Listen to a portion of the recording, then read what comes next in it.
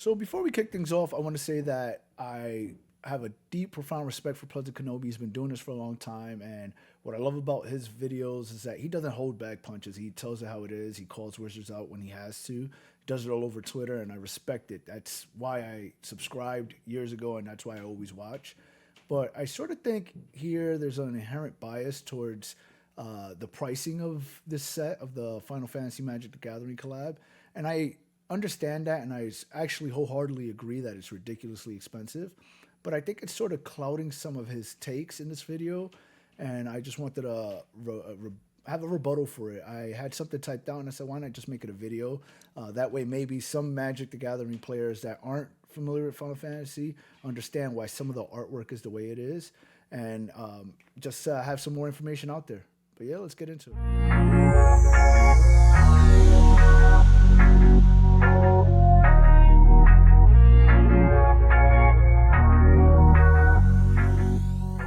Cannot get over. I talked about a full list of the previews thus far yesterday, and I'm pretty hyped for a lot of it from a commander perspective. So you want to hear a more positive outlook on it all, you can see that in yesterday's video. Also, I'm not ignoring the price. So you see right away he tells you, hey, look, it's not all hate. I have some excitement behind the set. I'm excited for it. And then he comes in to start talking about the price. Been very, very vocal about the price before, and I'll probably be talking about that in future videos this week or next as well. So don't worry, I'm not ignorant to the fact that this set is incredibly expensive. It is. But what I do want to talk about is the through the ages sort of frame. And this is actually where the bulk of my rebuttal is. I don't really have much more of a rebuttal from the rest of the video. The bulk of it lays here, and I think everyone should go watch before they jump in and comment on this video. Go watch this video and understand where he's coming from, because some of it's valid, but this right here is where I was like, well, let's slow down.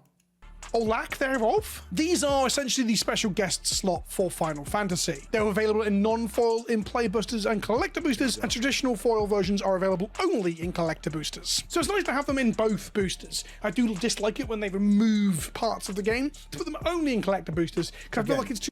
Him being positive, even though he's calling something out, he's being positive about the way that these are being pushed out, you know? Too much of a lottery sort of buy into the rather expensive side of Magic to get there. Again, the borderless character cards that strike a pose, as they put it in the article, these are available in the play boosters. Just the fancy foils and surge foils and such are only in the collector boosters. I'm okay with that. But on that note, this Cloud here, Cloud X Soldier in the frame with a number behind him and the color gradient, it's not even a gradient, it's a solid color. I really like this. This looks like a... So he says that this looks like a Magic the Gathering card, and I get it. The flavor text is there. It has the symbol for rarity there. Besides that, I think it looks nothing like a Magic the Gathering card. It actually looks more like one of the Wise anime cards to me. These are actually some of my least favorite treatments of the cards. But yeah, that's just my opinion. Like, this is his Magic card, but it's also very much Cloud. This is a good looking Magic card in my humble opinion. That's the important point about this video. I'm going to talk about some objective issues that I have with it. I say objective, again, they're still subjective in the sense that are they even an issue, but I'm also going to talk about the subjectivity of the aesthetics of what cards look like and art. So a lot of what I'm going to say is personal opinion, but it's my channel. I can do that if I want. And like he said, this is his channel. He could do that if he wants. Just like this is my channel, so I could have a rebuttal to his opinion if I want. Also, bear in mind, you can watch this and disagree with me and tell me in the comment section. That's also completely and utterly fine. It's a weird thing where, like, sometimes people disagree with me and thus they have to unsubscribe. I will never do that. Everyone's entitled to their opinion. And again, he presents his points and they're valid points. I just think this piece in the beginning that we're going to get into in a second is where he's not fully grasping it. If you're one of those people, I guess I'm never winning you over. But the Through the Ages cards, essentially to me, look like custom cards.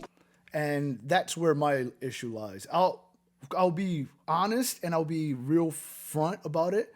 I am a huge Final Fantasy fan. Unironically, I'm wearing a Final Fantasy X shirt right now while I'm making this video. And him saying that these cards don't look like official Magic the Gathering cards and sort of him taking a poop on the art, didn't sit too well with me, and I'll explain why in a second. They look like they haven't had the, I'm going to dare I say it, the care and attention of normal Magic cards or even Secret Lair or Special Frame Magic cards. And that's where I think he's missing the point. I think Wizards actually got this right by not giving this the special magic flair or the secret layer flair. I think this is them showing a tremendous amount of respect to the source material and the artists. And again, there's a lot of bias here to what I'm about to say as a Final Fantasy fan, but also comes from a place of respect for the artists. These are all Amano cards in the front. And if you're not familiar, Amano is one of the greatest artists of all time. He's done every cover for Final Fantasy, every logo for the Final Fantasy games. Like you'll see them in this style. And a lot of these pieces of art that he's done, some of them are original, but some of them are old pieces of art that you can't find anymore, that you can only see in maybe instruction manuals that are highly regarded and coveted.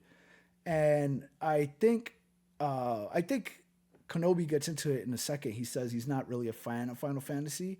I think that's where the disconnect happens, and there's a lack of appreciation. Like someone like me that loves Final Fantasy and grew up with the series and have seen some of these pieces of art in manuals and in different pieces of media, I am so excited for these cards. Like I won't even use, if I pull these, I won't use them to play. These are going in a binder because these are essentially pieces of art that are collector pieces for people that love Final Fantasy. What I mean by this is that in the case of Cloud X Soldier, the framing, the mana symbols, the positioning of the art over that background, all of this is a careful and considered artistic choice. Sure. There is a choice going on with these. The choice is a minimalistic element that is...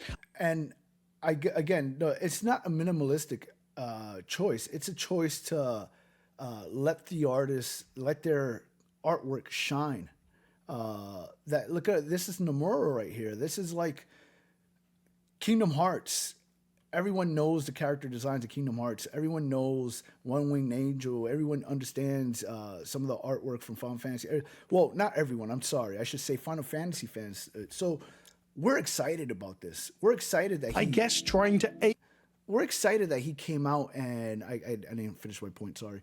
That Nomura essentially brought his pens out and drew new pieces for these cards. The artistic style of certain surrounding media from Final Fantasy. I apologize in advance for this terrible quality of the art, but I found this on Reddit. I'm not exactly sure of the original source. But this is the Emperor Hell Tyrant, which is also the name of another card in the set that flips into the Hell Tyrant. The name is very close, but this is a reskin. This is a Universes Beyond version of a Universes Within thing. The Emperor Hell Tyrant in this case is Yawgmoth Thran position, which according to the comments of the Reddit thread is a reasonable flavor win. I don't know. That doesn't really matter to me because I'm not that into Final Fantasy. The frustration. So see, there's where I get frustrated with the opinion is that he openly admits that he's not really into Final Fantasy. And I'll say this: these cards aren't really for the Magic the Gathering player, the person that is just here for Magic the Gathering. This is for the people that are coming to Magic the Gathering because of Final Fantasy. Let's look at Amano. So Yoshitaka Amano, this is how his artwork looks. And it's very faithful to that card. It has like this sketch design to it where it's simple yet elegant. Like this is the Cloud and Aerith artwork, and as you can see, the card accurately displays that. So just hearing that statement saying it doesn't look too good and it doesn't really do anything for him because he's not that into Final Fantasy, I think that's where he's missing the point. This isn't for the folks that aren't into Final Fantasy. This is for the people that are buying these cards because they love Final Fantasy. Is that A, this doesn't look like it's really a real Magic card. Now that is a loaded point, I know. What does a real Magic card even look like? Like, Wizards of the Coast have purposefully and quite openly moved away from trying to make everything look like Magic cards. Like, Secret Layers especially, and special slots in boosters can allow for some really wild artistic treatments, art styles, frames, UI elements, all that sort of stuff. I get it. I know that's not really, it's still a complaint, right? A lot of us, myself included, still want Magic cards to look like Magic cards, but this seems empty. I don't like, personally, all of this space, especially with the lack of a backing color and similar. And like I said, I think it's trying to ape the surrounding media of the Final Fantasy franchise. Like, for example, this card for the Emperor in the Final Fantasy card game. This is where it starts to really bug me. Like, previously, I thought these looked like poor quality proxies. Someone has taken some art and they have failed to merge it onto a decent background or similar via Photoshop, and it's just a bad looking proxy. Bearing in mind, even the ones that aren't like that, like this Endwalker, this looks like a bad proxy to me as well. I guess the art for this... See, like, this is one of the most iconic pieces of art from Final Fantasy XIV. Like, this just looks like a beautiful poster to me. This is the type of card that I would put in a special case and hang up on a wall. The art looks very much like wallpaper you would find on a wallpaper website. I just said that exactly. Like, that's it, but it looks like that. But these are actual pieces of concept art and artwork from the games.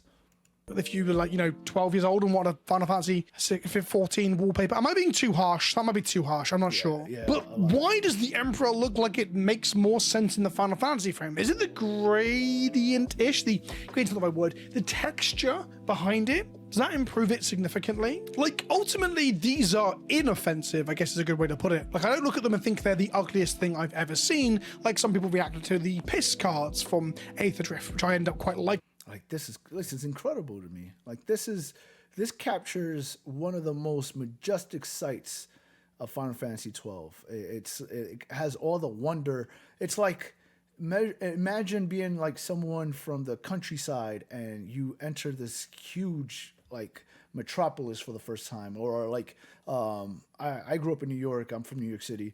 So folks, I know when there's a tourist that's from out of town because they're looking up.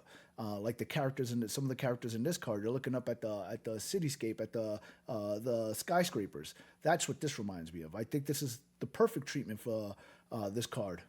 Because they're so obnoxious, they sort of bend full circle boomerang around for me and become a very funny trinket. Piss cards. I'm really not joking. I've started to pick up, like, the lands and stuff to start up a commander deck project because I find them so redonkulous. They're such an absurd part of visual design. I guess they go so far out. A fucking Modern Horizons card. I can't believe I'm calling our existing cards already. The Endwalker that I showed you earlier was break. I believe was only available. Bird is a kobold warrior. I do not understand. This cannot be a flavor win, right? I know they have to take liberties a little bit. I've done an entire. I haven't really. This is where this is another the guide that came out around the village. This is where I take a little bit more offense, especially because these two pieces of art are.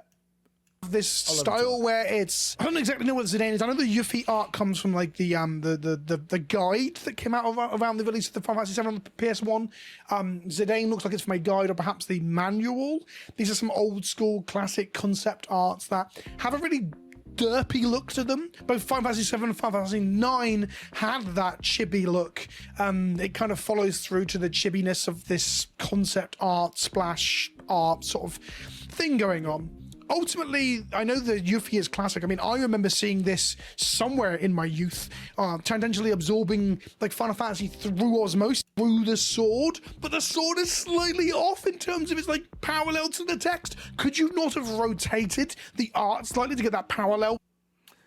See, I feel like that's a nitpick, and I feel like Wizards did the right thing leaving these the way they are, because this is paying homage and respect to Yoshitaka Amano's artwork. This is an original piece of art that's in Final Fantasy 2. Like, that's part of the concept art that came out with the game. I'll let you guys watch the video on your own. I don't have too much of a harsh criticism. I just really wanted to get the point across that that's maybe the point of these cards, is for them to be this way so that the Final Fantasy fans have something to collect and enjoy that belongs to the game, belongs to the series. I don't think they were really meant to capture the imagination of all Magic the Gathering players. It's more so, this is for, in my opinion, this is for those people that are here just for the Final Fantasy cards and aren't really into Magic the Gathering. That's part of the marketing behind Universes Beyond, if we're being honest. It's part of why they make these Universes Beyond sets, is to bring people in from the outside, and hoping that some actually stay and play the game. But most of the time, people are just going to grab the singles or collect the cards that they want. And then in some cases, you'll have me, a guy that loves Magic the Gathering, that loves Final Fantasy, and I see it from both sides. So I definitely get why these cards are the way they are. But again, no shots at PleasantKenobi. He's a legend. I think his content is phenomenal. I've been following him for years. And I highly suggest you go watch the video and form your own opinion of what he says, because he again, it's his opinion, and it's not just him having a criticism for the sake of it. Most of the time with PleasantKenobi, when he calls something out, he has his reasons, and he gives you the valid reasons. But yeah, I just wanted to go over that. Peace as always, y'all. Like, subscribe, comment. What do you think about these cards? In my opinion, I think they're awesome. If you disagree, tell me you disagree in the comments. Let's have a conversation.